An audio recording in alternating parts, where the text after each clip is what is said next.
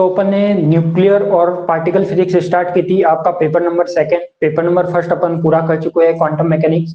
उसके बाद अपन second paper में अपन पार्टिकल फिजिक्स से रिलेटेड जो भी यूनिट थी, यूनिट नंबर 4 वो आपने क्लियर कर दी है।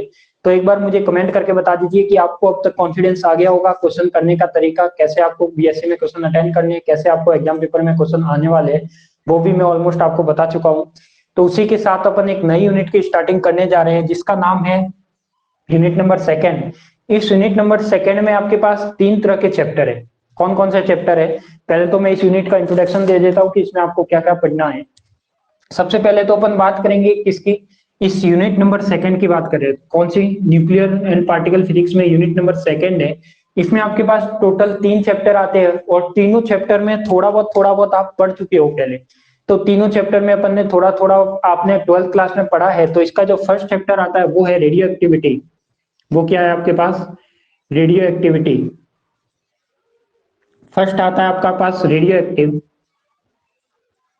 सेकंड आता है आपके पास क्या, सेकंड आता है आपके पास नाभिकीय संलयन एवं विखंडन। क्या आता है आपके पास, नाभिकीय संलयन एवं विखंडन, जिसे अपन फ्यूजन और फिजन बोलते हैं। नाभिकीय संलयन एवं विखंडन यानी फ्यूजन और फ्यूजन। थर्ड बोलते हैं अपन फिजन और फ्यूजन हो गया। उसके बाद आएगा आपके पास जो थर्ड चैप्टर आएगा वो आएगा नाभिकीय अभिक्रिया यानी न्यूक्लियर रिएक्शन। क्या आ जाएगा आपके पास, नाभिकीय अभिक्रिया और न्यूक्लियर रिएक्शन। तो इस यूनिट में टोटल आपके पास 3 चैप्टर है। ये क्या आपके पास टोटल 3 चैप्टर है। इन तीनों चैप्टर को अपन पढ़ने वाले हैं इस यूनिट में। तो सबसे पहले तो मैं वही यूनिट आपको कराने जा रहा हूं जो आपके एग्जाम के लिए बहुत ही इंपॉर्टेंट है और जिसमें नंबर आप इजीली ला सकते हो। तो जो अपन यूनिट नंबर 4 की हुई है उसमें आपको कॉन्फिडेंस आ गया है कि कैसे नंबर लाने हैं, कैसे क्वेश्चन आएंगे, तो वो आपने देख लिया है। अब अपन बात करेंगे इस यूनिट में, यूनिट नंबर सेकंड में ये तीनों चैप्टर की। तो उसी के साथ अपन फर्स्ट चैप्टर स्टार्ट कर रहे हैं, वो नाम है आपके पास रेडियो एक्टिव डीके, जिसे अपन क्या बोलते हैं, रेडियो एक्टिविटी डीके। तो सबसे पहले तो अपन को ये समझते हैं कि ये कौन सा पार्ट है, यूनिट नंबर सेकंड का पार्ट है। कि कौन सा है आपके पास, यूनिट नंबर सेकंड के आपके पास 3 चैप्टर है। तो अपन यूनिट नंबर सेकंड का जो 3 चैप्टर है उसमें से एक चैप्टर स्टार्ट करने जा रहे हैं, क्या, रेडियो एक्टिविटी। अब ये रेडियो एक्टिविटी क्या होती है, सबसे पहले तो अपन को ये समझना है कि रेडियो एक्टिविटी से आप क्या समझते हो, क्या होती है रेडियो एक्टिविटी। तो फर्स्ट बात करते हैं इस रेडियो एक्टिविटी के बारे में कि रेडियो एक्टिविटी के बारे में वैसे तो आपने पढ़ रखा है कि क्या होती है। देखो रेडियो एक्टिविटी होती है एक तरह से पदार्थ का एक क्या होता है, एक तरह से ये स्पेशल प्रॉपर्टी होती है। क्या होती है, स्पेशल प्रॉपर्टी होती है। यानी कुछ पदार्थ ऐसे होते हैं या कुछ मटेरियल ऐसे होते हैं, जैसे आपका यूरेनियम हो गया, पोलेनियम हो गया, थोरियम हो गया, ये सब के आपके पास रेडियो एक्टिव पदार्थ है। और आप सबने केमिस्ट्री पढ़ी है तो आपको ये भी पता होगा कि रेडियो एक्टिव पदार्थ किसे कहते हैं। तो यदि मैं कहता हूं कि ये एक तरह से क्या होती है, स्पेशल प्रॉपर्टी होती है। क्या होती है आपके पास, एक तरह से स्पेशल प्रॉपर्टी होती है, यानी एक तरह से विशेष गुणधर्म होता है। और विशेष गुणधर्म के साथ ये क्या बताता है आपके पास कि जो रेडियो एक्टिव होता है वो क्या करता है, यदि कोई मटेरियल है या कोई रेडियो एक्टिव पदार्थ है, रेडियो एक्टिव पदार्थ में पोलेनियम, यूरेनियम, थोरियम, बिस्मिथ, इस टाइप के क्या आते हैं आपके पास, रेडियो एक्टिव पदार्थ होते हैं। यदि उनमें रेडियो एक्टिव पदार्थ को यहाँ पे रख लूं, क्या करूं, यहाँ पे यदि मैं रेडियो एक्टिव पदार्थ को रख लूं, यानी मान लिया मैं एक छोटा सा डायग्राम बनाता हूँ जो आपने पहले से भी 12th क्लास में आप पढ़ते आ रहे हो, ठीक है। इस टाइप का ये क्या आपका कोई डायग्राम है, इसमें मैंने क्या रख दिया, यहाँ पे कोई रेडियो एक्टिव पदार्थ रख दिया। क्या रख दिया मैंने, रेडियो एक्टिव पदार्थ रख दिया।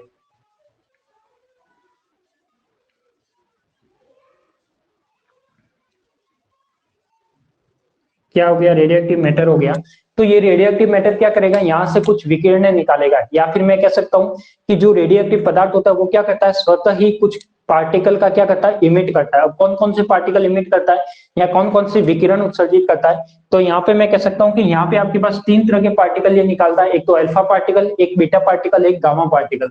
तो अब मैं कह सकता हूँ कि रेडियो एक्टिव पदार्थ वह पदार्थ है जो क्या करता है, स्वतः ही विकिरणों का उत्सर्जन करता है। कौन कौन सी विकिरण होती है उसमें, अल्फा विकिरण, बीटा विकिरण और गामा विकिरण। अब ये कैसे पता लगा, तो ये सबसे पहले बताने वाले जो साइंटिस्ट का नाम है वो है आपके पास हेनरी बेकुरल। क्या है आपके पास, हेनरी बेकुरल। तो सबसे पहले जो बताया था वो किसने बताया था, हेनरी बेकुरल ने बताया था। और क्या बताया था कि उन्होंने बताया था कि जो रेडियो एक्टिव पदार्थ है वो क्या करता है, पदार्थ स्वतः ही विकिरणों का उत्सर्जन करता है। पदार्थ क्या करता है, पदार्थ स्वतः ही विकिरणों का उत्सर्जन करता है। विकिरणों का उत्सर्जन करता है। अब जरूरी नहीं है कि विकिरण ही हो, वो पार्टिकल भी हो सकते हैं, यानी बहुत सारे पार्टिकल यदि कंटिन्यूअसली निकलते रहते हैं तो उसको अपन क्या नाम देते हैं, एक तरह से रेडिएशन नाम देते हैं या विकिरण नाम देते हैं। तो मैं कह सकता हूँ कि कोई भी मैटर है वो यदि स्वतः ही विकिरणों का उत्सर्जन करेगा, पार्टिकल कोई पड़ा पड़ा है, कोई पार्टिकल मैंने रख दिया और वो पार्टिकल क्या करेगा, अल्फा पार्टिकल भी निकालेगा, बीटा भी निकालेगा, गामा भी निकालेगा, तो उसको ही अपन नाम देते हैं विकिरणों का उत्सर्जन। या फिर मैं कह सकता हूँ कि पदार्थ स्वतः ही कुछ पार्टिकल का स्वतः ही अल्फा बीटा और गामा कणों का उत्सर्जन करता है। क्या करता है, अल्फा बीटा गामा कणों का उत्सर्जन करता है। तो वो आपके पास क्या कहलाता है, एक तरह से रेडियोएक्टिव पदार्थ कहलाता है। तो ये यहाँ पे रेडियोएक्टिव पदार्थ था। तो इस रेडियोएक्टिव पदार्थ पे मैंने क्या किया, यहाँ पे डायग्राम थोड़ा सा नीचे बनाना पड़ेगा अपन को क्योंकि बहुत छोटा हो जाएगा। तो अपन ने देखा कि जो रेडियोएक्टिव पदार्थ था उस पर मैंने क्या किया, यहाँ पे मैं डायग्राम बना लेता हूँ इसका।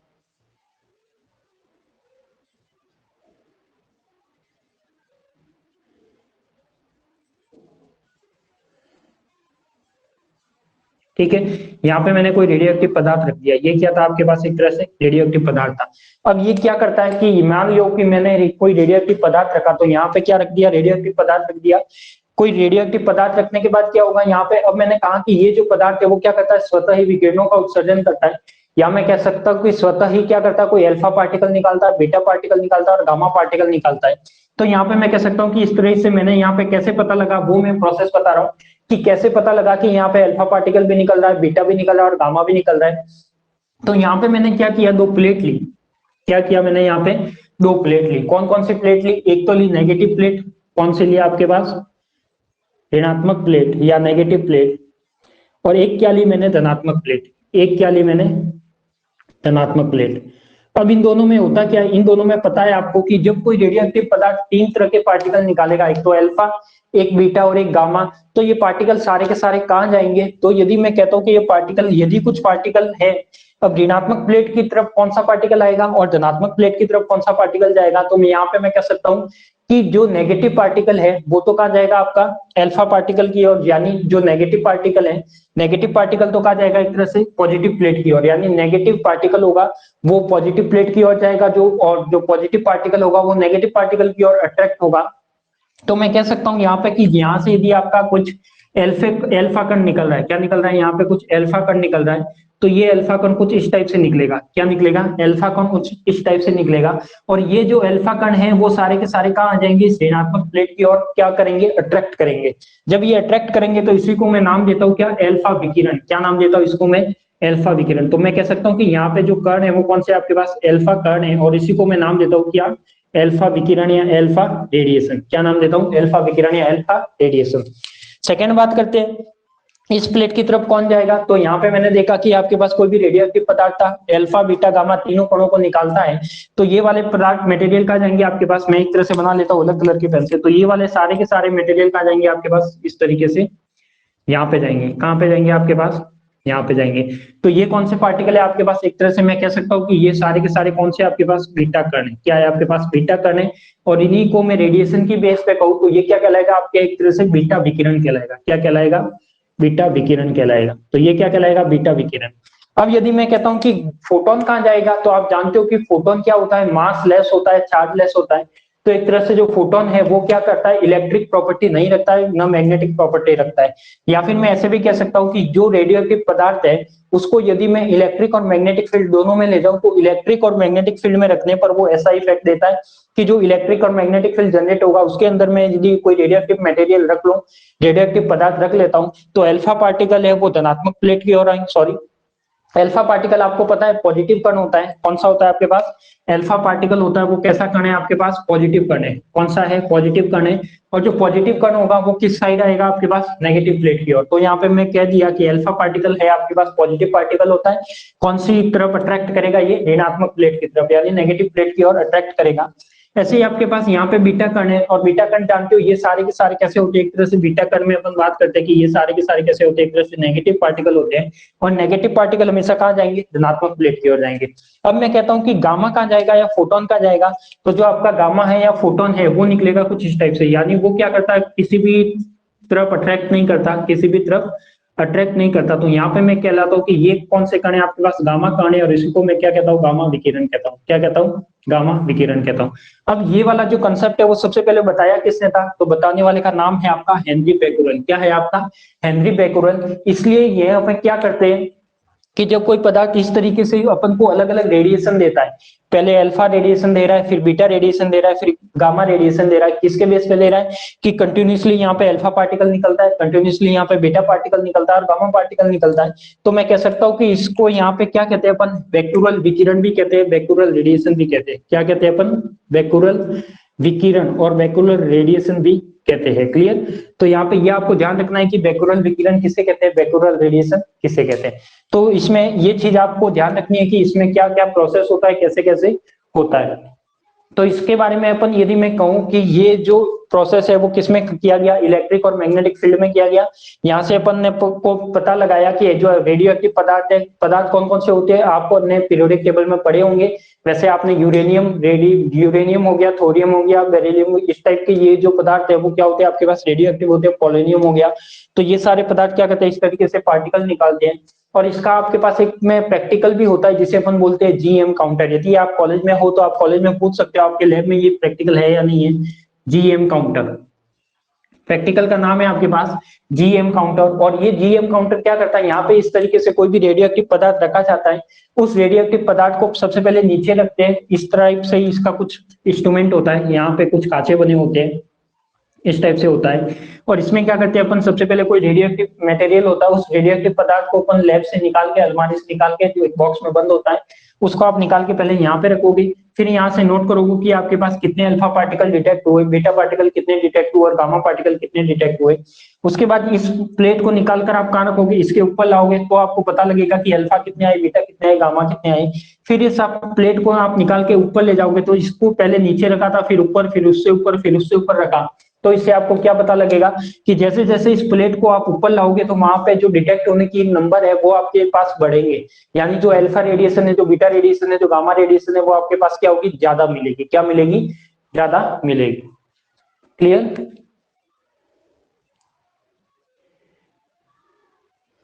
हाँ बिल्कुल, ये सिस्टम कांच के टाइप का ही होता है जीएम काउंटर, और बहुत ही इंपोर्टेंट प्रैक्टिकल होता है जो आपके बीएससी में भी है और एमएससी में भी है, दोनों में चलता है। आपको मौका मिले तो इस प्रैक्टिकल को करना। जीएम काउंटर का मीनिंग यही होता है जो रेडियो एक्टिविटी से रिलेटेड होता है। ठीक? तो इसमें आपको ये कुछ प्रोसेस ध्यान रखना है। तो पहले अपन इसके बारे में थ्योरी लिखते हैं, फिर इसका मैं एक फ्लो चार्ट बनवाता हूँ कि रेडियो एक्टिविटी में आपको क्या क्या पढ़ना है। अब मुझे कोई कमेंट करके ये बता सकता है कि अपन डीके क्यों होता है। यहाँ पे इस चैप्टर का नाम है रेडियो एक्टिविटी डीके, तो ये डीके क्यों होता है, कोई मुझे कमेंट करके बता सकता है क्या? यदि आपने कल प्रैक्टिकल देखा है तो आपने रेडियो एक्टिविटी के बारे में सर ने बताया भी होगा, लैब में जिसने भी होगा बताया होगा कहीं भी, कि वहां पे रेडियो एक्टिविटी से क्या मतलब होता है, कैसे वो वर्क करता है, कैसे उसमें काउंट करता है, कैसे डिटेक्ट करता है। तो इस तरीके से उसका जीएम काउंटर का प्रोसेस होता है। तो वो आप प्रैक्टिकल करोगे और ज्यादा समझ में आएगा। तो क्या मुझे ये कोई बता सकता है कि कोई भी पार्टिकल या कोई भी रिएक्शन डीके क्यों करती है? अब यदि मैं बात करता हूँ, यहाँ पे अल्फा डीके होता है, बीटा डीके होता है और गामा डीके होता है। ये gamma alpha decay, beta decay और गामा डीके क्यों होते हैं, इनका रीजन कोई बता सकता है क्या?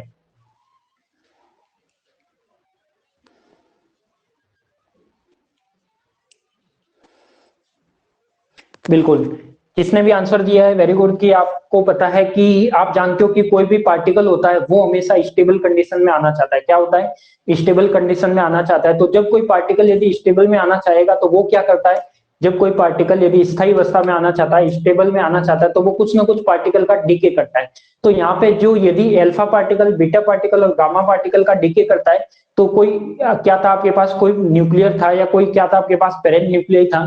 वो क्या करता है, डॉटर न्यूक्लियर में कन्वर्ट होगा और क्या करेगा, वहां पे अल्फा बीटा गामा पार्टिकल को इमिट करेगा। यानी अल्फा पार्टिकल भी निकाल सकता है, बीटा भी निकाल सकता है और गामा भी निकाल सकता है। तो कोई भी पार्टिकल डीके क्यों करता है, क्योंकि वो उसकी स्थायी अवस्था में आना चाहेगा, स्टेबल कंडीशन में आना चाहेगा। और जब कोई पार्टिकल स्टेबल में आएगा तो वो क्या करेगा, कोई ना कोई डीके करेगा। तो कोई ना कोई डीके करके वो क्या करता है, स्टेबल में कन्वर्ट होता है। क्लियर? तो इस टाइप से अपन इसकी थ्योरी लिख लेते हैं। तो कोई बात नहीं, आपको नहीं बताया तो जब भी ये प्रैक्टिकल आपको करवाएंगे जब जरूर बताएंगे इससे रिलेटेड की रेडियो एक्टिविटी में क्या होता है। तो आज अपन unit number second nuclear and particle physics की जो नई यूनिट है वो स्टार्ट करने जा रहे हैं। जो और जिसने भी पार्टिकल फिजिक्स की यूनिट नंबर 4 कवर नहीं की है, सारी की सारी क्लास अपनी इस बैच में रिकॉर्डिंग वीडियो में अवेलेबल है, तो वहां से वो ज्वाइन करके पार्टिकल फिजिक्स को कंप्लीट कर सकते हैं। क्वार्क को कंप्लीट कर सकते हैं। उसके बाद अपन ये वाली यूनिट स्टार्ट करें रेडियो एक्टिविटी, और इसके बारे में अपन लिखते हैं। तो देखो इसमें पता लग गया होगा अल्फा विकिरण क्या होती है। तो जहां से अल्फा कण निकलते हैं, अल्फा कण कहां पर अट्रैक्ट होता है, ऋणात्मक प्लेट की ओर आता है, बीटा पार्टिकल धनात्मक प्लेट की ओर आता है, और गामा पर कोई भी इफेक्ट नहीं आता उसमें, चाहे इलेक्ट्रिक फील्ड हो या मैग्नेटिक फील्ड हो, वो क्या करता है सीधा निकलता है। तो अल्फा पार्टिकल इस साइड आ जाएगा, बीटा इस साइड आ जाएगा, और ये क्या हो जाएगा इधर निकल जाएगा। तो इस टाइप से अपने पास 3 टाइप की विकिरण होती है। यदि टोटल रेडियो एक्टिव विकिरण को कहे तो बैक्यूरल विकिरण भी बोलते हैं, रेडियो एक्टिविटी रेडिएशन भी बोलते हैं, या रेडियो एक्टिव रेडिएशन भी बोलते हैं, अल्फा रेडिएशन बोलते हैं, बीटा रेडिएशन बोलते हैं, और गामा रेडिएशन भी बोलते हैं। तो यदि मैं बात करता हूं कि रेडिएशन कितने टाइप की होती है, तो रेडिएशन भी 3 टाइप्स की होती है, अल्फा रेडिएशन, बीटा रेडिएशन और गामा रेडिएशन। पार्टिकल का जो डीके होता है वो भी 3 टाइप का होता है, अल्फा डीके, बीटा डीके और गामा डीके। तो आज केवल अपन एक इसके इंट्रोडक्शन की बात कर रहे हैं, तो इसके बारे में लिखिए पहले, लिखिए इसमें रेडियो एक्टिव पदार्थ का एक विशेष गुणधर्म होता है, रेडियो एक्टिव पदार्थ का एक विशेष गुणधर्म होता है, रेडियो एक्टिव पदार्थ का एक विशेष गुणधर्म होता है,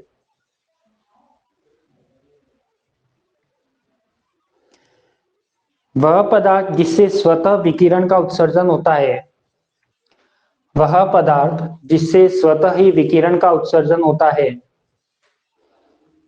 वह पदार्थ जिससे स्वतः ही विकिरण का उत्सर्जन होता है, वह पदार्थ जिससे स्वतः ही विकिरण का उत्सर्जन होता है, रेडियो एक्टिव पदार्थ कहलाता है, रेडियो एक्टिव पदार्थ कहलाता है। रेडियो एक्टिव पदार्थ का विशेष गुणधर्म होता है, वह पदार्थ जिससे स्वतः ही विकिरण का उत्सर्जन होता है, रेडियो एक्टिव पदार्थ कहलाता है। और पदार्थ का यह गुणधर्म रेडियो एक्टिवता कहलाता है, और पदार्थ का यह गुणधर्म रेडियो एक्टिवता कहलाता है, पदार्थ का यह गुणधर्म रेडियो एक्टिवता कहलाता है।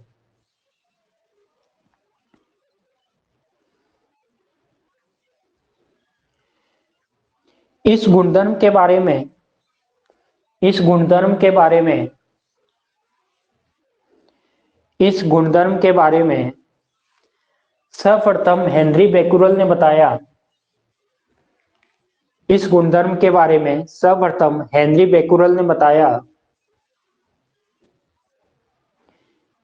इस गुणधर्म के बारे में सर्वप्रथम हेनरी बैक्यूरेल ने बताया।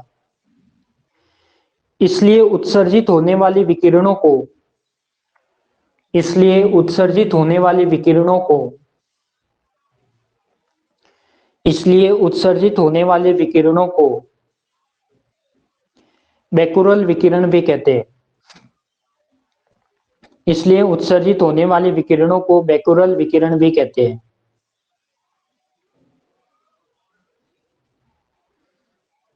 इसलिए उत्सर्जित होने वाले विकिरणों को बैक्यूरेल विकिरण भी कहते हैं। नई लाइन से लिखना, बैक्यूरेल विकिरण का अध्ययन, बैक्यूरेल विकिरण का अध्ययन, बैक्यूरेल विकिरण का अध्ययन विद्युत चुंबकीय क्षेत्र में, बैक्यूरेल विकिरण का अध्ययन विद्युत चुंबकीय क्षेत्र में रदरफोर्ड वैज्ञानिक ने किया, रदरफोर्ड वैज्ञानिक ने किया। बैक्यूरेल विकिरण का अध्ययन विद्युत चुंबकीय क्षेत्र में रदरफोर्ड वैज्ञानिक ने किया।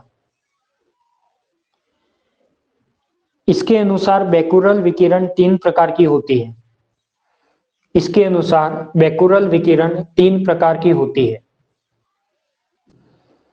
इसके अनुसार बैक्यूरेल विकिरण 3 प्रकार की होती है। फर्स्ट लिखिए अल्फा विकिरण, फर्स्ट लिखिए अल्फा विकिरण, तो तीनों विकिरण के नाम लिख लीजिए, फिर वापस टॉपिक लगाइए अल्फा विकिरण। फर्स्ट लगाइए अल्फा विकिरण, और उसमें लिखिए वे बैक्यूरेल विकिरण जो कि, वे बैक्यूरेल विकिरण जो कि धनावेशित कण के रूप में उत्सर्जित हो, वे बैक्यूरेल विकिरण जो कि धनावेशित कण के रूप में उत्सर्जित हो, एल्फा विकिरण कहलाती है। वे विकिरण जो कि धनावेशित कण के रूप में उत्सर्जित हो, एल्फा विकिरण कहलाती है।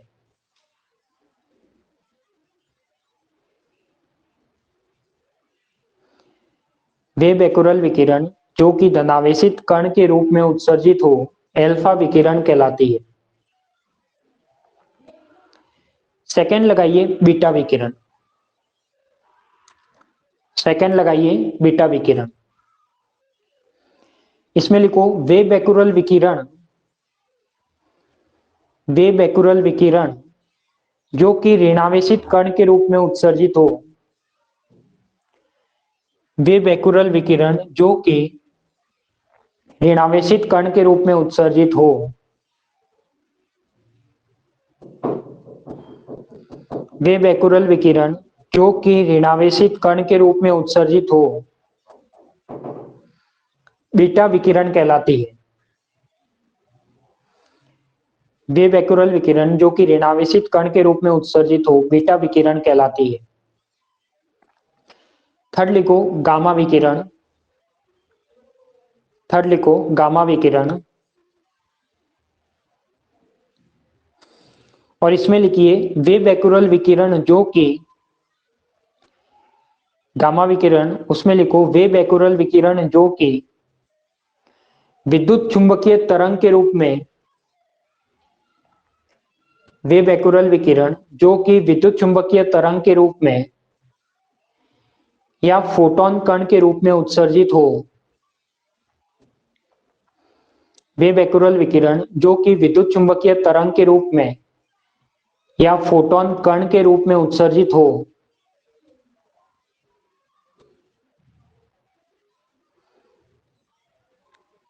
वे बैकुरल विकिरण जो कि विद्युत चुंबकीय तरंग के रूप में फोटॉन कण के रूप में उत्सर्जित हो, गामा विकिरण कहलाती है। गामा विकिरण कहलाती है।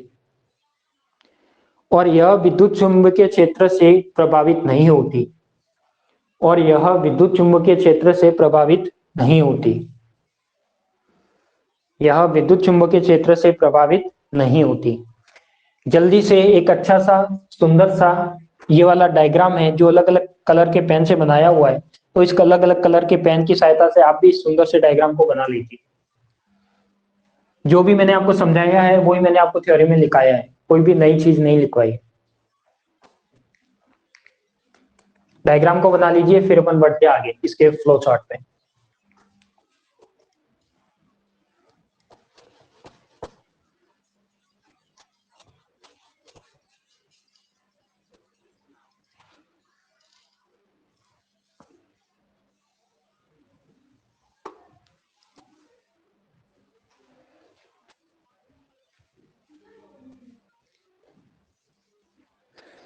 जो जो भी आपको साथ में पढ़ाया जा रहा है, तो लगभग डेली 1 से 1.5 घंटे की क्लास है। जो जो साथ में पढ़ाया जा रहा है उसको आपको साथ साथ ही पढ़ना है, आगे पीछे नहीं करना है। जैसे आज पढ़ाया है आज का आज ही आपको पढ़ना है, या कल क्लास होने से पहले पहले आप उसको जो भी पढ़ाया जाता है उसको कवर कर लीजिए, रिविजन कर लीजिए, ताकि आपको आगे समझने में इजी रहेगा। और एग्जाम पास में आएंगे तो आपके लिए लोड भी नहीं रहेगा, एग्जाम से पहले पहले आपका कोर्स करा दिया जाएगा, एग्जैक्ट टाइम पे आपका कोर्स पूरा करा दिया जाएगा।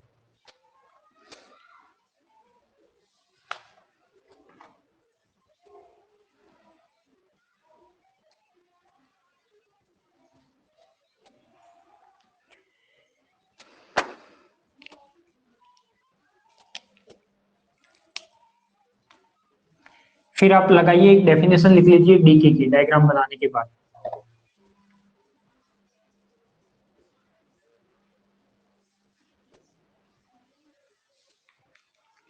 नेक्स्ट लगाइए आप डीके या रेडियो एक्टिव डीके। डायग्राम बना लिया होगा आपने, सिंपल सा डायग्राम था। डीके में लिखिए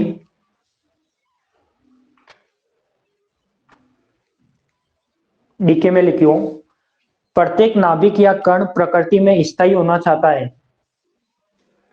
प्रत्येक नाभिक या कण प्रकृति में स्थायी होना चाहता है। प्रत्येक नाभिक या कण प्रकृति में स्थायी होना चाहता है। डीके की डेफिनेशन लिखवा रहा हूं, वो लिखना। प्रत्येक नाभिक या कण प्रकृति में स्थायी होना चाहता है, तो वह अपनी स्थायी अवस्था में आने के लिए तो वह अपनी स्थायी अवस्था में आने के लिए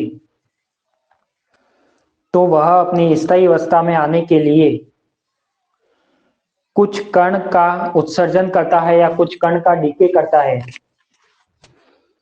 कुछ कण का उत्सर्जन या कुछ कण का डीके करता है। कुछ कण का डीके करता है।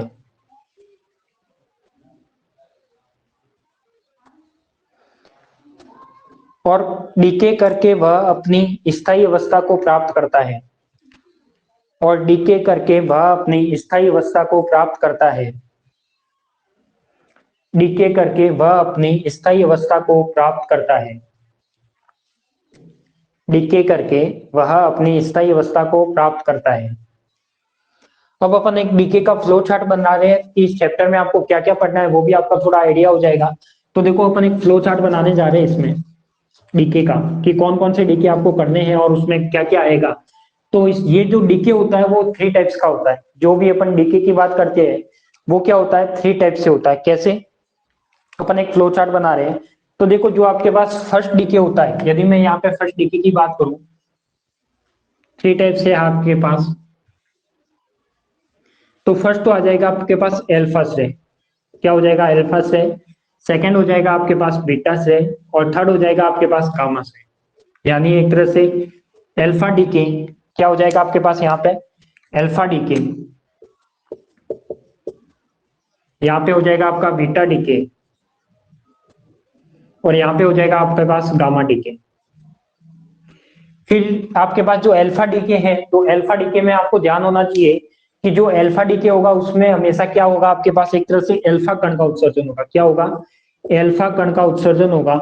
और आप सभी जानते हो कि जो अल्फा कण है वो क्या होता है आपके पास, 2He4 होता है। क्या होता है आपके पास? 2He4। यानी ये क्या होगा, जो अल्फा डीके करेगा उसमें हमेशा इस पार्टिकल को इमिट करेगा, यानी 2He4 को क्या करेगा, एक तरह से इमिट करेगा या उत्सर्जन करेगा।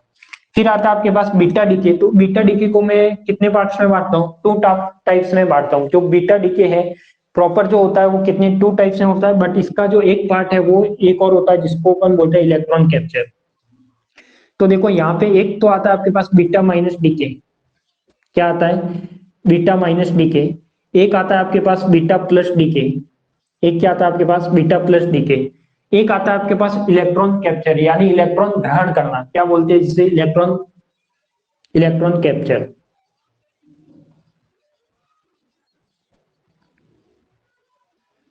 यानी इसे हिंदी में भी क्या बोलते हैं? इलेक्ट्रॉन प्रग्रहण। क्या बोलते हैं? इलेक्ट्रॉन प्रग्रहण।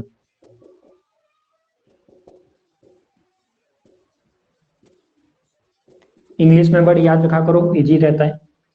बीटा प्लस डीके में बीटा प्लस से, और एक होता है आपके पास बीटा माइनस डीके में बीटा से। ठीक है।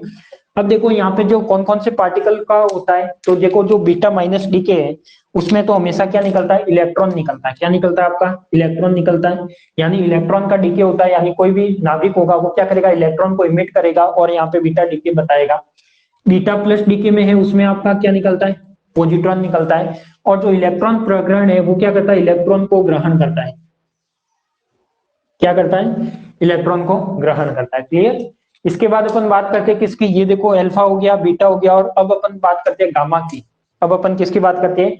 Gamma P. तो गामा में भी आपके पास एक तरह से जैसे इसके 3 टाइप होते हैं, वैसे गामा में भी वो 3 टाइप बता रहा है। कौन कौन से? यदि मैं यहाँ पे गामा के भी 3 टाइप बनाता हूँ, देखो। एक तो हो जाएगा आपके पास, ये मैं जो नीचे बना रहा हूँ वो गामा के बना रहा हूँ। एक तो हो जाएगा आपका जो गामा डीके है। क्या होगा आपके पास? गामा डीके जो क्या करता है आपके पास, गामा या फोटोन का उत्सर्जन करता है। क्या करता है? फोटोन का उत्सर्जन करता है। एक होता है आपके पास आंतरिक रूपांतरण। क्या होता है इसके पास? आंतरिक रूपांतरण। तो एक होता है आपके पास आंतरिक रूपांतरण।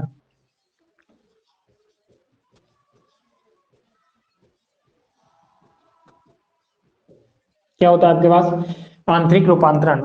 और एक होता है आपके पास आंतरिक युग्म रूपांतरण। क्या होता है? या तो इसे बाह्य रूपांतरण भी बोलते हैं या आंतरिक युग्म रूपांतरण।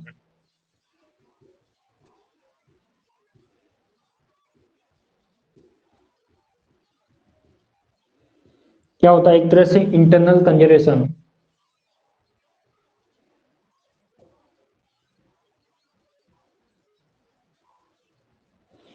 एक होता है आपके पास आंतरिक युग्म रूपांतरण यानी इंटरनल,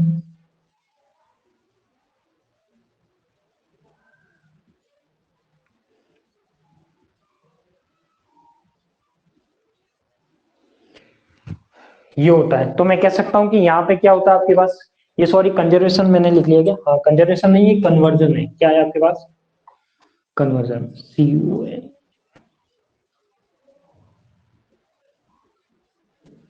क्या होता है आपके पास? कन्वर्जन होता है। क्या होता है? कन्वर्जन। सही लिखा है क्या गलत लिखा है? एक मिनट।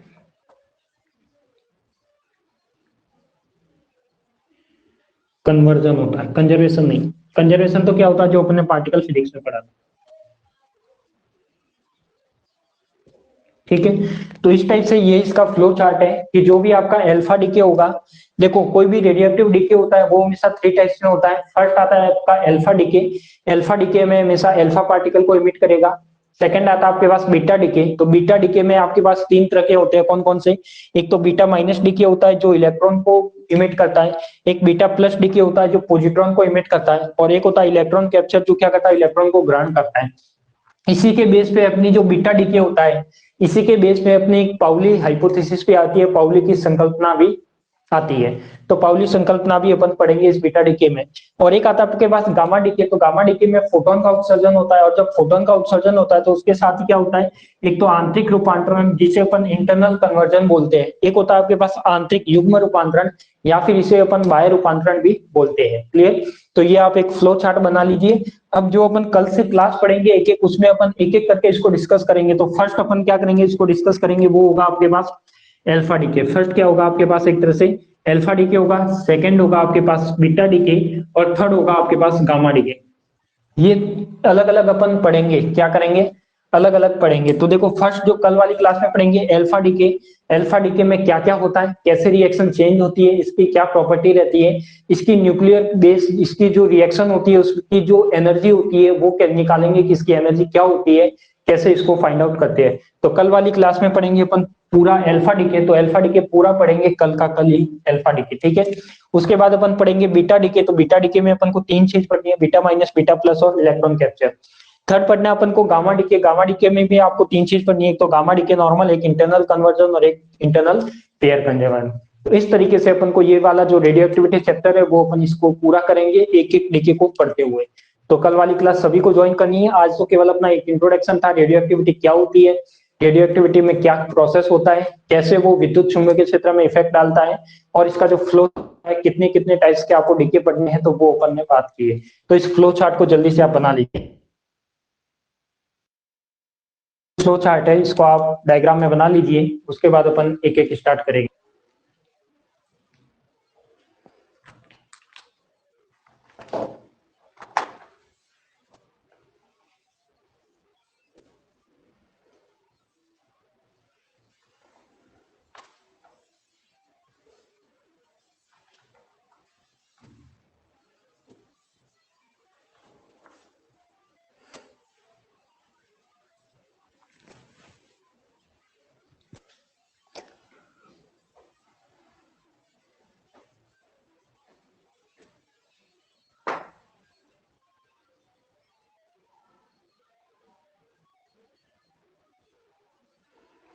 तो कल से वापस सभी को लाइव क्लास ज्वाइन करनी है। अल्फा डीके बीटा डीके बहुत ही इजी है आपके लिए।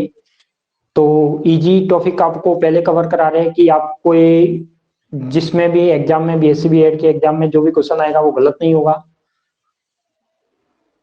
और मेरी पूरी ट्राई है कि इस बार आपके जो नंबर का टारगेट है वो पूरे में से पूरे आए। पूरी ट्राई मैं कर रहा हूँ। देखो क्वांटम मैकेनिक्स में भी मैंने पूरी ट्राई की है कि जो आपके नंबर है पूरे में से पूरे आए, एक चीज भी मैंने छोड़ी नहीं है। इसमें भी मैं ट्राई कर रहा हूँ कि आपके पूरे में से पूरे आए। जो जो यूनिट में आपको कवर करवा रहा हूँ वैसे आपको कॉन्फिडेंस आ जाना चाहिए। और आपको भी एक काम करना है कि जो पुराने पेपर है, पुराने पेपर आपको लेने हैं और उसमें देखना है कि जो भी अपन ने पढ़ा है उसमें से क्वेश्चन आ रहे हैं या नहीं आ रहे। वैसे अपने कोर्स की गारंटी है कि जो भी अपन ने पढ़ा है, जो भी अपन ने बोर्ड पे पढ़ाया जा रहा है, आपको इस क्लास में पढ़ाया जा रहा है, उसके बाहर क्वेश्चन आपका एक भी नहीं जाएगा।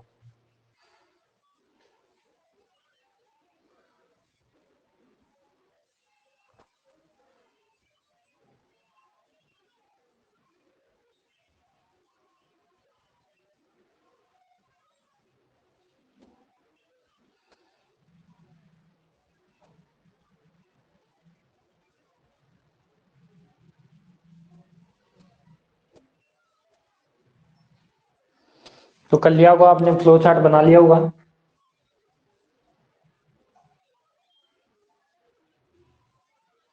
ठीक है, बना लिया तो अब आपको एक काम भी करना है कि जो भी अपन ने क्वांटम मैकेनिक्स पूरी पढ़ ली है, न्यूक्लियर फिजिक्स में अपन ने पार्टिकल फिजिक्स पूरी पढ़ ली है, तो उसमें से जो भी आपके पुराने पेपर के क्वेश्चन आए हुए हैं उन पेपर को आपको देखना है। लास्ट 5 या 6 ईयर्स के पेपर्स है, उनको आपको देखना है, क्वेश्चन सॉल्व करने हैं। किस टाइप के क्वेश्चन आ रहे हैं आपको आइडिया भी लगेगा और आपको क्वेश्चन देखने भी है। वैसे तो अपने भी एक स्लाइड तैयार हो रही है जिसमें मैं सारे क्वेश्चन को वहां पे आपके सामने लेके आऊंगा, तो भी आपको एक ट्राई आपको भी एक रहनी चाहिए, आपको भी ज्यादा से ज्यादा न्यूमेरिकल करने हैं। तो अपन कल से वापस वही अल्फा डीके, बीटा डीके और गामा डीके एक एक करके पढ़ेंगे। तो आज के लिए तो अपन इतना ही पढ़ेंगे और कल वाली क्लास में अपन अल्फा डीके स्टार्ट करेंगे और अल्फा डीके में जो जो भी टॉपिक है गैमा थ्योरी या वो सब कुछ अपन करेंगे। ठीक है, आज के लिए तो इतना ही, मिलते हैं अपन कल। संडे है, संडे का अभी टाइम शेड्यूल फिक्स तो नहीं है, बट ऑलमोस्ट यदि हो सकता है या तो क्लास सुबह होगी, अब सुबह नहीं हुई तो फिर शाम को होगी, पर दोनों में से एक टाइम होगी, या तो शाम को होगी या सुबह होगी। अब जो भी होगा मैं आपको मैसेज के द्वारा बता दिया जाएगा। ठीक है, तो आज के लिए तो इतना ही, मिलते हैं अपन कल शाम को 7 बजे।